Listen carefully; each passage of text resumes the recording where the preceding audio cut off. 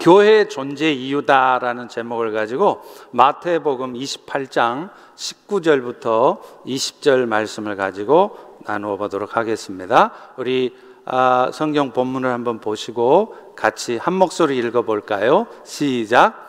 그러므로 너희는 가서 모든 민족을 제자로 삼아 아버지와 아들과 성령의 이름으로 세례를 베풀고 내가 너희에게 분부한 모든 것을 가르쳐 지키게 하라. 볼지어다 내가 세상 끝날까지 너희와 항상 함께 있으리라 하시니라. 아멘. 여러분은 등대지기 이야기를 들어보셨나요? 이 이야기는 실제 있었던 이야기입니다.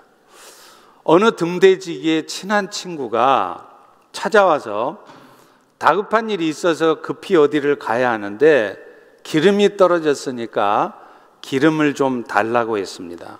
이 등대지기는 그 친구의 청을 거절할 수가 없어서 인간적인 정에 이끌려서 기름을 나누어 주었습니다. 조금 있다가 아내가 찾아와서는 아들이 등록금도 못 내고 있는 상황인데 아빠가 되어가지고 도대체 무엇을 하고 있느냐고 따져 물었습니다. 등대지기는 하는 수 없이 또 등대의 빛을 밝혀줄 기름을 팔아서 돈을 마련해 주었습니다. 그런데 며칠 후에 밤에 엄청난 폭풍이 몰아치고 파도가 유난히 거센 밤이 찾아왔습니다. 근데 등대지기는요, 빛을 비추어 줄 기름이 없어서 바다를 비추어 주지 못했습니다. 다음 날 아침에 기가 막힌 소식이 들렸습니다. 바로 어젯밤 바다에서 큰 배 한 척이 침몰해서 수많은 사람들이 죽었다는 것입니다. 그 배가 칠흑 같은 어둠 속에서 폭풍과 싸우고 있는 동안 빛을 비추어서 배가 항구로 안전하게 들어오도록 해야 할 등대가 꺼져 있었기 때문이죠. 이 이야기는 실제 있었던 이야기입니다. 이 등대지기 이야기는요, 등대가 존재하는 목적에 맞게 역할을 하지 못하고 있을 때 어떤 결과를 초래하는지를 보여주는 것입니다. 마찬가지로 오늘날 교회가 하나님께서 이 땅에 교회를 세우신 목적에 맞게 역할을 잘 하지 못하고 있을 때요, 그것은 그 교회의 존재 자체를 위협하는 것이 될 수도 있지만 무엇보다도 수많은 영혼들을 죽게 만드는 일이 될 수도 있다는 겁니다. 오늘 우리는 하나님께서 이 땅에 교회를 세우신 궁극적인 목적이 무엇인지 다시 한번 잘 살펴봄으로 해서 우리 교회가, 아니 여러분 자신들이 이 땅에 하나님의 백성으로 교회로 부름받은 이유가 무엇인지를 잘 깨달아서 이제 남은 인생이라도 그런 하나님의 목적에 맞게 인생이 사라지는 그런 성도, 그런 교회가 되기를 간절히 소망합니다. 이것을 위해서 우리가 가장 먼저 생각해 봐야 될 것은 교회가 무엇인가라고 하는 거예요. 여러분은 교회가 무엇이라고 생각하십니까? 교회가 뭐예요? 라고 물어보면요, 사람들은 대부분 다 이렇게 대답합니다. 네, 교회는요, 예배하는 곳입니다. 교회는 기도하는 곳입니다. 등등 교회를 장소적 개념으로 이해하고 대답을 해요. 그러나 여러분, 교회는 장소가 아니라 사람입니다. 그러니까 여러분이 지금 이 예배 드리고 있는 이곳은 그저 예배 드리고 기도하는 장소일 뿐이지 이 자체가 교회가 아니라는 말이에요. 교회에 대한 가장 정확한 정의는 고린도전서 1장 2절에 나와 있어요.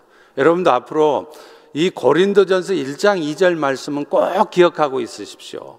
거기 보면 고린도에 있는 하나님의 교회 곧 그리스도 예수 안에서 거룩하여지고 성도라 부르심을 받은 자들, 이렇게 말하고 있어요. 그러니까 교회가 뭐냐면 날 때부터 갖고 태어나는 그 죄악된 본성으로 말미암아서 자기 스스로의 힘으로는 도저히 거룩해질 수 없는 사람들이 정말로 하나님의 은혜로 예수님의 십자가의 은혜를 믿어서 거룩한 자라고 인정받게 된 사람들, 이 사람들이 바로 교회라는 거예요.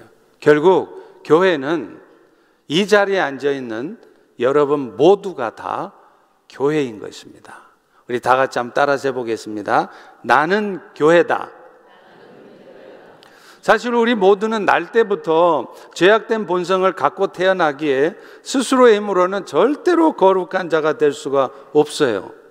그래서 로마서 3장 9절 10절도 이런 말씀을 합니다. 유태인이든 헬라인이든, 그러니까 세상 사람들은 다 죄 아래 있다고 우리가 이미 선언하였느니라. 기록된 바 의인은 없나니 하나도 없다. 75억 명 인구 중에 자기 스스로의 힘으로 의로워질 수 있는 사람은 단 한 사람도 없다는 거예요.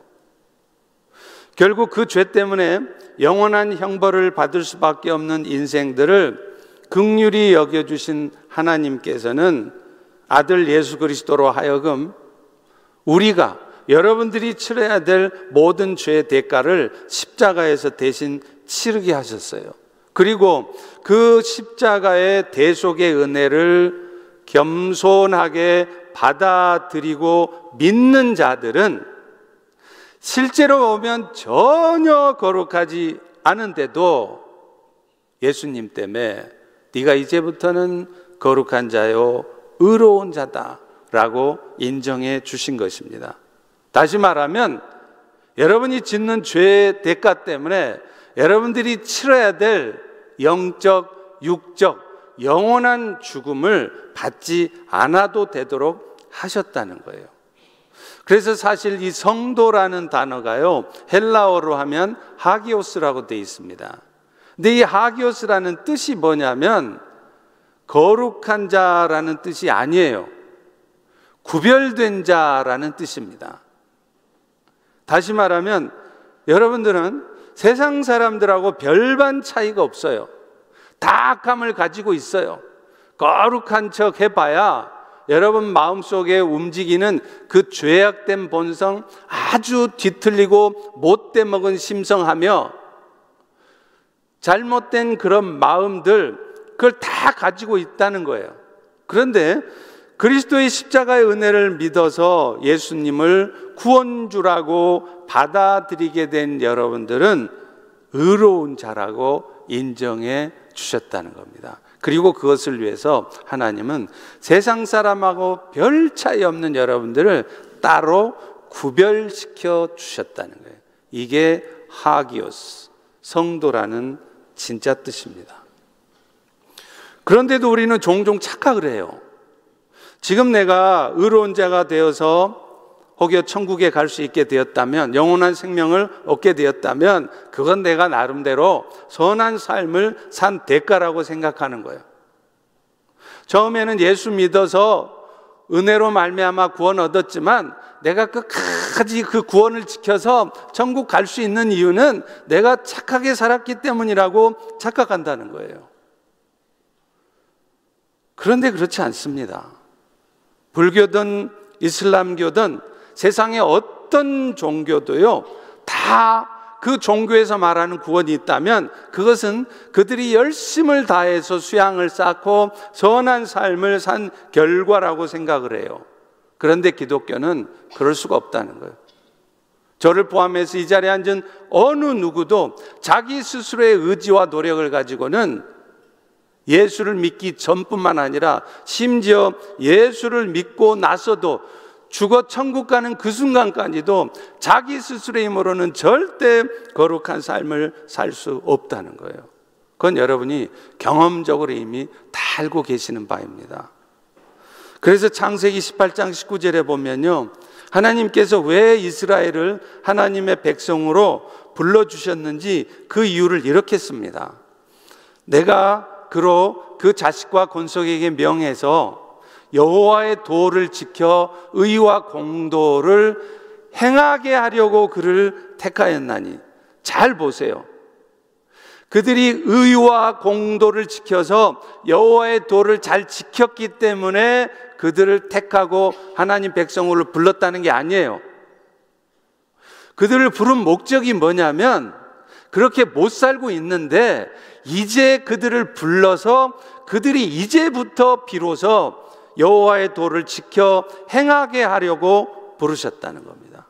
그러니까 하나님께서 이스라엘 백성들을, 또 이 자리에 앉은 여러분 모두를 택하신 이유는 여러분이 여호와 도를, 하나님의 말씀을 잘 지켜서 선한 삶을 살고 있기 때문이 아니라 오히려 하나님의 백성답게, 하나님의 자녀답게 살도록 하게 하려고 부르셨다는 거예요. 다시 말하면 여러분의 선한 삶이 여러분들의 택함 받은 조건이 아니라는 겁니다. 여러분의 선한 삶이 여러분이 죽는 순간까지도 천국에 갈 수 있는 티켓을 잃지 않는 조건이 되는 게 아니라는 거예요. 여러분을 택하신 목적이 바로 선한 삶인 것입니다. 그렇기 때문에 순전히 이렇게 하나님의 은혜로만 교회가 된 우리들이 할 일은요, 괜히 겸손한 척, 하나님, 저 같은 죄인이 어찌 십자가의 은혜를 받아들이기만 하면 구원 백성이 된단 말입니까? 저는 이게 도무지 논리적이지 않아서 저는 그것을 받아들일 수 없습니다 할 것이 아니라는 거예요. 그게 굉장히 합리적이고 이성적이고 겸손한 것 같죠? 아닙니다. 그것처럼 교만한 게 없어요. 어찌할 수 없는 여러분들을 애써 구원해 주신 하나님의 은혜를 정말로 똥값 취급하는, 값없이 여기는 그야말로 치명적인 교만인 것입니다. 오늘 여러분 가운데는 그런 교만 가운데 있는 분이 없기를 간절히 소망합니다. 그렇다면 여러분 어떻게 해야 됩니까? 이제 앞으로는 그저 그 은혜 주심에 감사할 뿐이고 그 은혜에 합당한 삶을 살겠습니다, 이렇게 다짐하시고 실제로 그렇게 삶을 살면 되는 것입니다. 자, 그렇다면 교회로 하나님의 은혜로 말미암아 부름받은 성도들은 어떻게 하는 것이 그 은혜에 합당한 삶으로 살 수 있을까요? 그것은요, 세상의 모든 족속들도 나와 같이 그리스도의 제자가 되는 일에 함께 힘쓰는 거예요. 그 답이 오늘 본문인 마태복음 28장 19절 20절에 있어요. 우리 다시 한번 같이 읽어볼까요? 시작. 그러므로 너희는 가서 모든 민족을 제자로 삼아 아버지와 아들과 성령의 이름으로 세례를 베풀고 내가 너희에게 분부한 모든 것을 가르쳐 지키게 하라. 예수님은 십자가의 죽으심과 부활하심으로 말미암아 인류를 구원하시고자 하는 그 사명을 다 이루신 다음에 원래의 자리로 돌아가십니다. 돌아가시면서 마지막으로 남아있는 제자들에게 유언과도 같은 말씀을, 명령을 주세요. 그게 뭐냐면 바로 모든 족속을 제자 삼으라는 거예요. 사실 오늘 본문인 마태복음 28장 19절 20절에는요 모두 5개의 동사가 나와요. 뭘까요? 가라, 그 다음에 제자 삼으라, 그 다음에 baptize, 세례를 베풀라, 그 다음에 teach, 가르치라, 그리고 지키게 하라, obey. 이 5개 동사예요. 근데요, 성경이 쓰여진 이 헬라어에는 주 동사와 보조 동사를 구분을 안 해놨어요. 그래서 우리말 성경에는 그런 구분이 없어서 이 동사 5개가 다 똑같은 것처럼 보여져요. 그런데 헬라어에는 용법상 주 동사와 보조 동사를 구분해서 쓰게 돼 있습니다. 자, 그렇다면 이 5개의 동사, go, make disciple, baptize, teach, obey. 이 5개 동사 중에 주 동사, main verb가 뭘까요? 여러분 뭐라고 생각하세요? 바로 make disciple, 제자 삼으라는 말씀이에요. 나머지 4개의 동사는요, 이 제자 삼으라는 주 동사를 이루어내기 위해서 보조적으로 여러분들이 해야 될 일을 말한 것입니다. 그러므로 오늘 우리 모든 교회들, 그러니까 이 자리에 앉아있는 여러분 모두도 정말로 그리스도의 십자가 은혜가 감사하세요? 눈만 감으면 그 예수님의 십자가 은혜가 너무도 감사해서 눈물이 나세요? 그러면 이제부터 여러분은 눈물만 흘리지 마시고 말만 감사하다고 말하지 마시고 예수님이 마지막 유언처럼 남겨주신 명령대로 이 세상에 남아있는 모든 족속을 제자 삼는 일에 열심을 다하셔야 된다는 거예요. 그것이 그리스도로 말미암아 여러분들을 거룩한 자라고 인정해 주신, 그래서 죄 때문에 여러분이 받아야만 할 영원한 형벌을 받지 않도록 해주신 주님의 은혜에 합당한 삶을 사는 것입니다. 그리고 그것은 또한 아까 말한 것처럼 교회된 여러분의 인생의 궁극적인 목적이 되는 것이라는 거예요. 하나님은요, 오늘도 여러분이 그런 인생의 목적을 가지고 살아가기보다는 그저 내가 사는 동안에는 좀 폼나게 살아봐야 되겠다, 벤츠도 좀 타고 또 돈도 좀 많이 벌어서 좋은 집에 또 좀 살고 높은 자리에 올라가서 사람들한테 좀 부러움도 받고 떵떵거리고 살고 싶다, 그래서 그런 목적을 가지고 사시면 하나님은요 반드시 여러분 인생에 개입하십니다. 그래서 생각지도 못한 질병이 여러분 자신에게 혹은 여러분의 가족 구성원 가운데 그런 질병이 생겨요. 결코 우연 아닙니다. 그렇게 잘 나가고 잘 되던 비즈니스가 하루아침에 망하거나 무너지는 일이 생겨요. 그게 우연이 아닙니다. 내가 지금 하나님이 나에게 주신 그 인생의 목적을 따라 살아가고 있는지를 한번 살펴보라는 거예요. 내 삶의 방향이 지금 어디를 향해 가고 있는지, 그저 아침부터 저녁까지 눈만 뜨면 정신없이 직장에 나가고 비즈니스터에 나가서 하루 종일 죽도록 고생만 하고 그렇게 분주하게만 살고 있는지, 아니면 그 가운데에서도 하나님이 나에게 맡겨주신 인생의 목적을 따라 살아가고 있는지 살펴보라고 하나님은 여러분 인생에 개입하신 것입니다. 그러니 여러분 인생에 도착해 있는 그 인생의 문제 앞에 절망하지 마십시오. 심지어는 불평이나 원망도 하지 마십시오.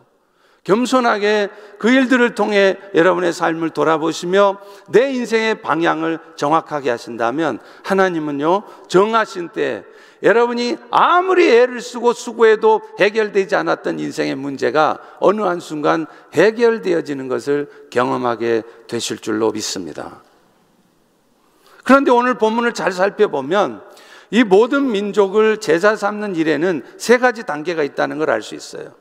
먼저는요, 모든 족속을 제자 삼으려면 먼저 그들에게 다가가야 돼요. 맨날 교회에 모여 앉아서 북치고 장구치고 우리끼리 즐겁다, 우리는 구원받은 백성이다, 할렐루야, 하나님을 찬양합니다, 예배만 잘 드리고 있으면 되는 게 아니란 말이에요. 세상 가운데 죽어가고 있는 영혼들, 여러분의 직장 동료들, 여러분의 사랑하는 가족, 친지, 친구들에게 다가가셔야 된다는 거예요.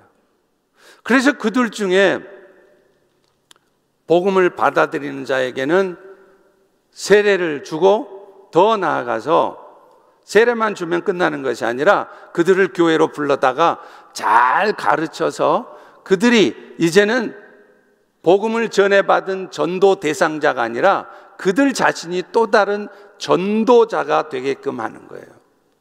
그것이 make disciple, 제자 삼으라는 여러분의 인생의 목적인 것입니다. 그래서 우리에게 오늘 또 필요한 것은요, 우리 주변에 있는 죽어가는 불신의 영혼들에게 다가가서 우리는 그들에게 그리스도의 복음을 전해야 된다는 거예요. 로마서 10장 14절 15절에 이렇게 말합니다. 그런즉 그들이 믿지 아니하는 일을 어찌 부르리요, 듣지도 못한 일을 어찌 믿으리요, 전파하는 자가 없이 어찌 들으리요, 보내심을 받지 않았으면 어찌 전파하리요. 그래서 기록된 바 아름답다. 누가 아름답냐?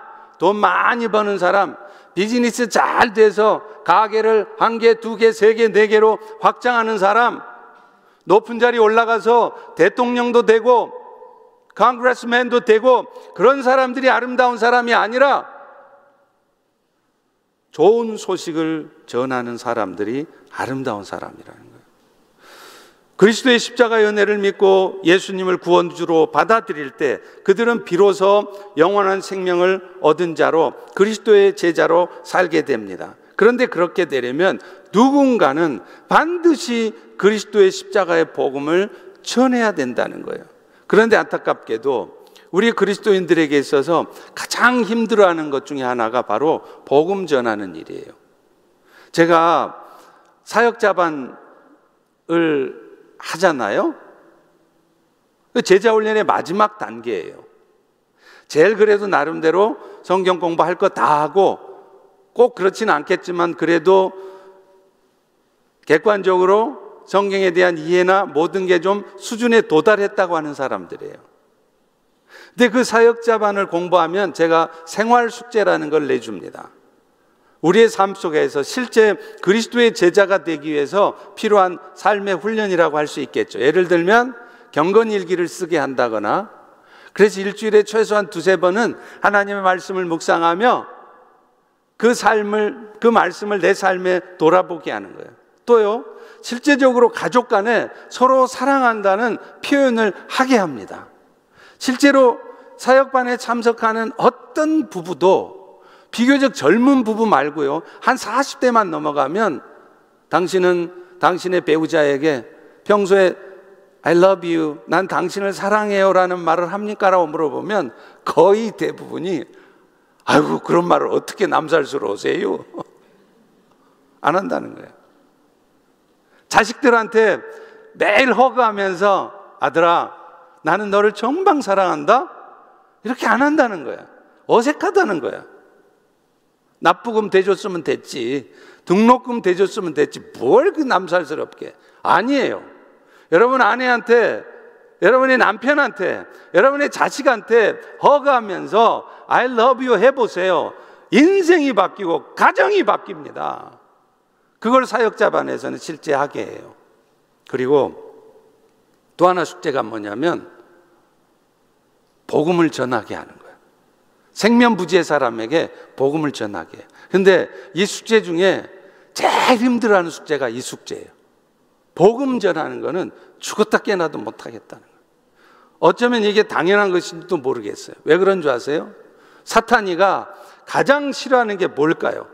그것은 아마도 누군가 복음을 듣고 구원 얻게 되는 일, 이걸 제일 싫어할 겁니다. 그렇기 때문에 여러분 마음속에도 어떤 마음을 집어넣어 주느냐 하면, 내가 나가서 5시간 동안 봉사를 하면 했지 복음 전하는 건 못하겠다, 그런 생각을 갖게 만드는 거예요.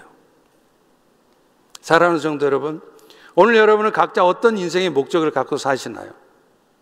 여러분이 만약에 지금 아무런 인생의 목적이 없다면 그것은 여러분이 지금 방향 없이, 목적지 없이 달리고 있는 차와 같다는 것을 아셔야 돼요. 생각해 보십시오. 여러분이 집에 나와서 차를 몰고 갈 때는 반드시 목적지가 있습니다. 여러분 목적지 없이 차를 운전하나요? 그건 둘 중에 하나죠. 죽으려고 작정한 사람이거나 미친 사람이죠. 목적지 없이 어떻게 차를 운전해요? 근데 오늘날 우리 인생이 꼭 그와 같단 말이에요. 방향이 없어요. 내가 뭘 목표로 해서 인생을 살아간지를 몰라요. 그저 아침부터 저녁 늦게까지 죽어라고 하루 종일 가게에 앉아서, 직장에 앉아서 죽으라고 일만 하고 살아요. 그런 인생에 무슨 낙이 있겠습니까? 인생의 목적과 방향이 없으니까 그런 인생은요, 살다가 어느 순간 반드시 인생에 아무런 즐거움이 없고, 그러니까 인생 자체가 허망해지게 돼 있어요. 그리고 심지어는 자살하고 싶은 충동이 일어납니다. 그게 왜 그러냐면 인생에 목적이 없기 때문에 그래요. 그러나 목적이 있는 인생은 달라요. 자기가 무슨 직업을 가지고 어떤 일을 하고 있든지 의욕이 넘칩니다. 내가 이걸 통해서 하나님이 나에게 주신 궁극적인 인생의 목적, 그래서 세상의 모든 사람들을 제자 삼는 일을 위해서 열심히 일하는 거예요. 왜 아침 새벽부터 일찍 일어나서 열심히 비즈니스를 하느냐? 내가 여기서 열심히 돈 벌어가지고 여기 와 계신 우리 이성교사님 가정을 후원해서 영혼 구원되는 일이 잘 되어지도록 해야 되겠다.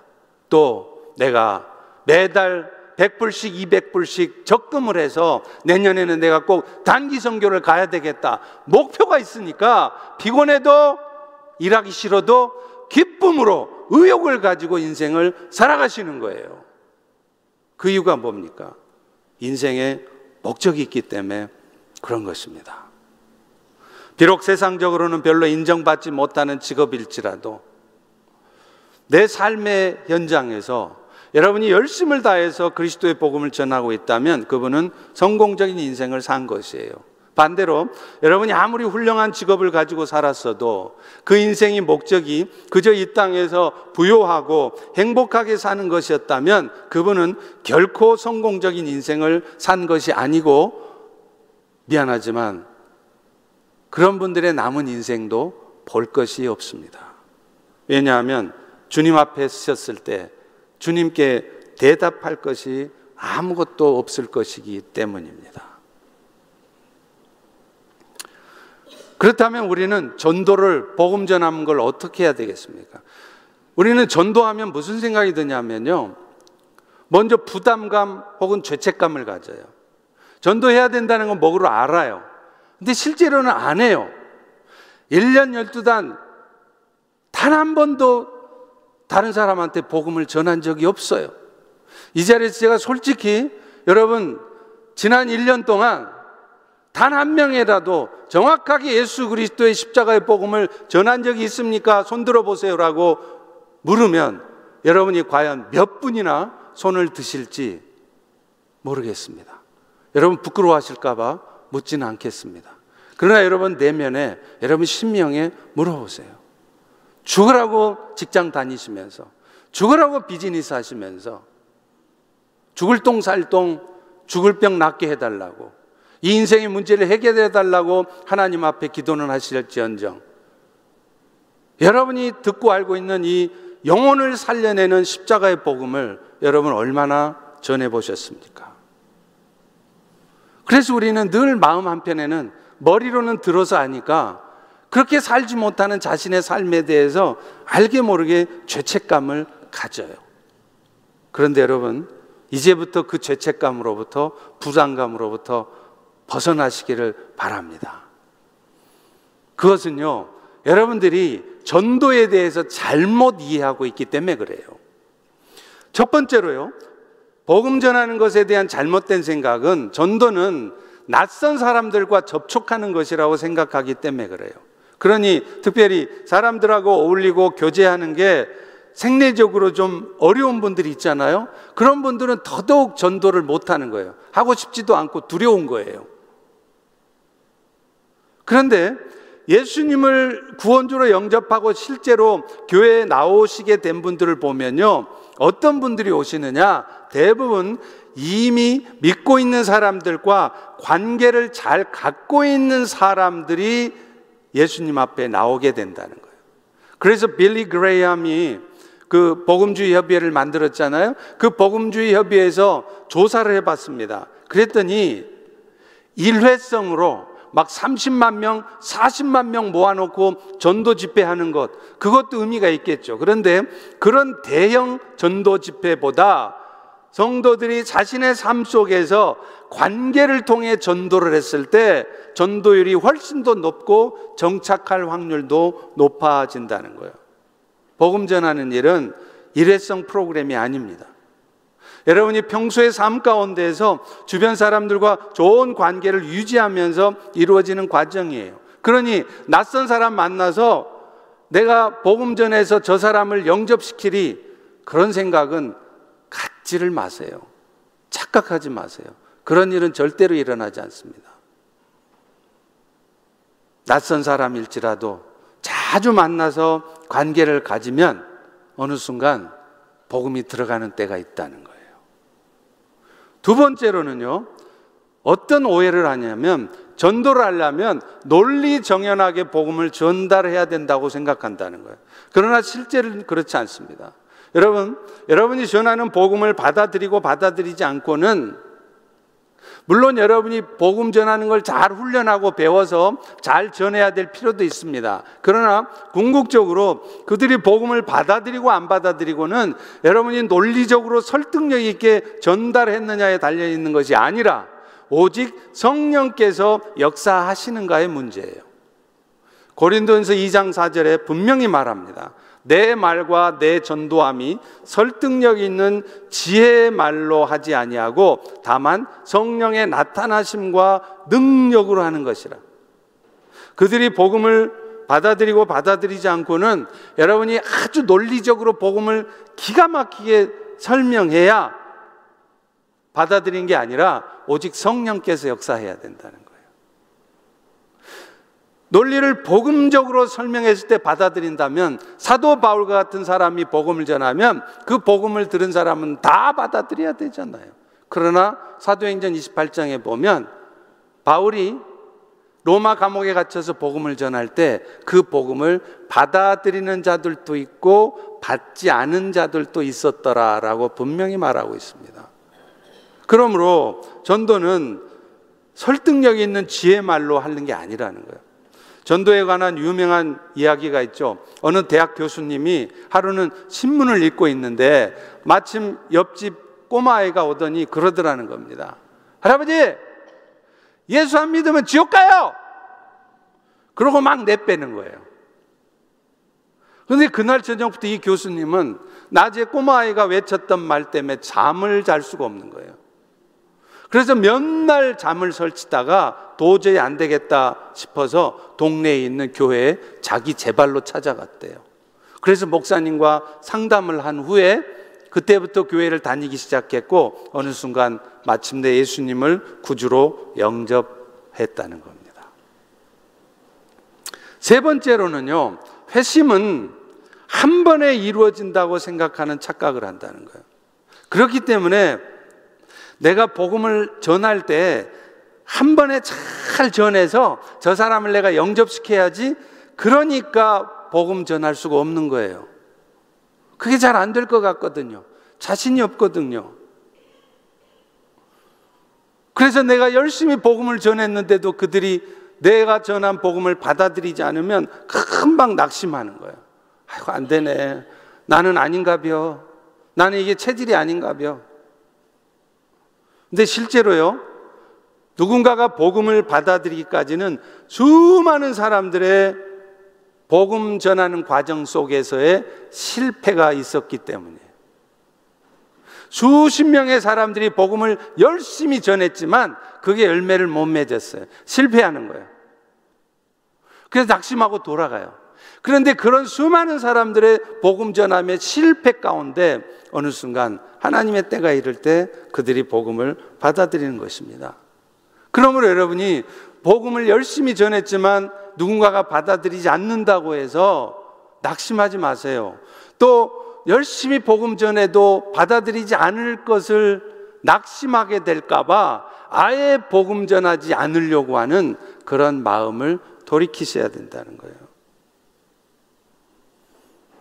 네 번째로 가장 중요한 오해는요, 복음 전하는 것을 혼자 감당하려고 하기 때문에 그렇다는 거예요. 실제로 복음 전하는 일은 혼자 하기보다는 여러 사람이 함께 하는 게 훨씬 효과적이에요. 예를 들면 우리 오이코스와 같은 소그룹을 통해서 소그룹에 속한 모든 성도들이 함께 한 영혼을 주께로 인도하는 일은 정말 쉽습니다. 실제로 교회로 인도되는 분들을 보면 대부분 교회에 나오게 되기까지 많은 사람들을 접촉하게 돼요. 또 실제로 그렇게 많은 성도들과 접촉한 다음에 교회 출석한 사람이 오랫동안 정착을 해요. 왜냐하면 교회에 와봐도 목사님 설교 말씀은 뭔 말인지 잘 못 알아듣겠지만 그래도 교회에 오면 아는 사람들이 있는 거예요. 그러니까 버티다가 어느 순간 그 복음의 말씀이 마음에 스며들어서 진정으로 인격적으로 예수님을 영접한다는 거예요. 그렇기 때문에 여러분, 혼자 복음 전하려고 하지 마시고 이제 하반기부터는 오이코스를 통해서 여러분의 소그룹을 통해서 복음 전하는 일에 힘쓰시기를 간절히 소망합니다. 그렇다면 구체적으로 어떻게 소그룹을 통해 복음을 전할 수 있을까요? 가장 먼저는요, 전도 대상자들을 위해서 기도하는 일이 필요하다는 거예요. 왜요? 전도는 영적 싸움이기 때문에 반드시 기도가 전제되어야 합니다. 실제로 전도는요, 기도한 만큼 이루어진다고 해도 과언이 아니에요. 바꿔 말하면 여러분이 아무리 먹을 것 사다 주고 아무리 많은 준비를 해도요, 그 영혼을 위해서 기도하지 않으면 그 준비는 다 쓸데없는 일이 됩니다. 따라서 소그룹을 통해, 오이쿠스를 통해 여러분이 전도를 하시려면 가장 먼저 소그룹 안에 전도 대상자를 정하셔야 돼요. 다만 이 전도 대상자는 고국에 있는 아버지, 한국에 사시는 형님은 아닙니다. 왜냐하면 그분들은 계속해서 팔로우업해서 여러분이 섬길 수가 없어요. 열매 맺을 때까지 계속해서 섬겨줄 수 없기 때문에 그런 분들 여러분이 기도 열심히 하시고, 실제 오이코스를 통해서 전도하실 분은 여러분 근처에 있어서 쉽게 접근할 수 있는 분을 찾으셔야 돼요. 그리고 그 전도 대상자들을 위해서 함께 기도할 수 있는 기도짝을 소그룹 안에 정하시는 겁니다. 그리고 그 기도짝과 함께 매주 시간을 정해서 같은 장소에서 하셔도 되고요, 각자의 장소에서라도 꼭 시간을 정해서 기도하기를 약속하고 실제로 기도하셔야 됩니다. 그럴 때 놀라운 역사들이 시작되는 거예요. 두 번째는요, 그렇다면 이제 그 전도 대상자를 정했으면 그 대상자들과 관계를 만들어 가야 돼요. 관계는 복음이 사람에게 전달되게 하는 다리이기 때문에 그렇습니다. 그래서 관계도 형성되지 않은 상태에서 열심히 복음을 전하면요, 물론 그래도 복음을 받아들이는 경우가 있지만 좀처럼 그 복음은 받아들이기가 힘들어져요. 따라서 소그룹 안에서 전도 대상자 중에 실제로 밀접하게 접촉할 수 있는 대상자를 2명 정도 선정을 해서 여러분 오이코스 목원들끼리 돌아가면서 멤버를 바꿔가면서 그분을 만나시는 거예요. 그럴 때 나중에 그 대상자분이 소그룹에 초대돼도 어색하지 않아요.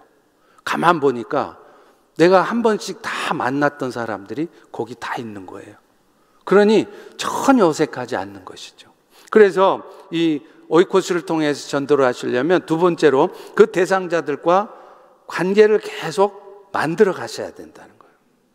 그리고 오이코스 모임을 하면 맨날 주일 설교 가지고 적용하면서 내가 이따위로 살면 안 돼, 내가 열심히 복음을 위해 살아야지, 그렇게 결단만 말만 하지 말고 실제로 내가 지난 한 주 동안 내가 우리 오이코스에서 정한 그 대상자를 위해서 어떻게 섬겼는지를 나누는 거예요. 김 집사가 내가 그분 가게를 갔는데 이런 일이 있어서 이런 얘기를 나누고 왔어요.